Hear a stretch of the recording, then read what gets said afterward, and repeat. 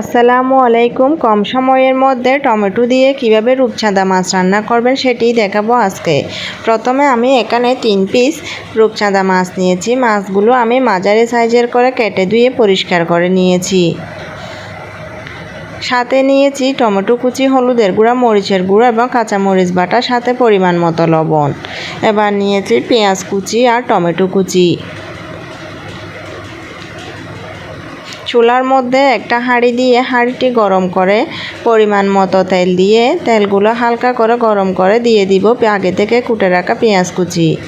পেঁয়াজগুলো নেড়ে ছেড়ে হালকা বাদামি রঙের করে কষিয়ে নিব।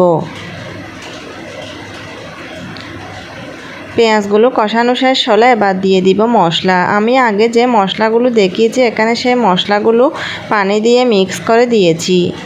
মশলাগুলো হাঁড়িতে দেওয়ার পর ভালো করে নেড়ে ছেড়ে কিছুক্ষণ কষিয়ে নিয়ে আবার হালকা নেড়ে ছেড়ে দিব। আরও বেশিক্ষণ করে কষানোর জন্য আমি যে বাটিতে মশলা নিয়েছি সেই বাটি ধুয়ে পরিমাণ মতো পানি দিয়ে আবার হালকা নেড়ে ছেড়ে ভালো করে কষিয়ে নিচ্ছি। এখন আমার কষানোর শেষে আরেকটু ভালো করে নেড়ে ছেড়ে দিব।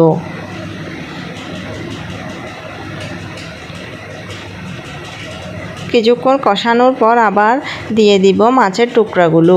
মাছগুলো দিয়ে ভালো করে এপিট ওপিট নেড়ে দিয়ে ভালো করে কষিয়ে নিব।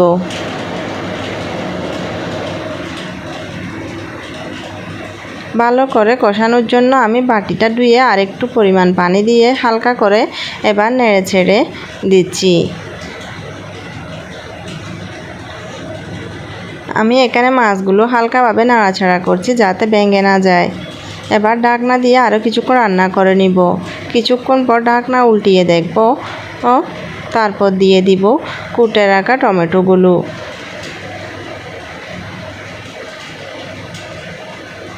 টমেটো দিয়ে আবার আমি বাটিতে করে কিছু পরিমাণ পানি নিয়ে মাছের মধ্যে দিয়ে ভালো করে নেড়ে ছেড়ে দিচ্ছি।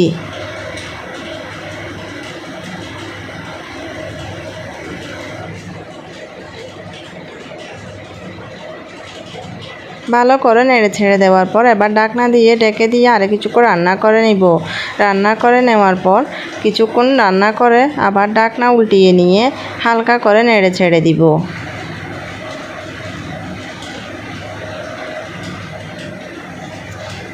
এবার ঢাকনা দিয়ে আরও কিছুক্ষণ রান্না করে নিব। দেখতে পাচ্ছেন আমার মাছ রান্না প্রায় হয়ে গেছে। এখন আরও কিছুক্ষণ রান্না করে নিয়ে চুলাটা অফ করে দিব। দেখতে পাচ্ছেন আমার মাছ রান্না হয়ে গেছে।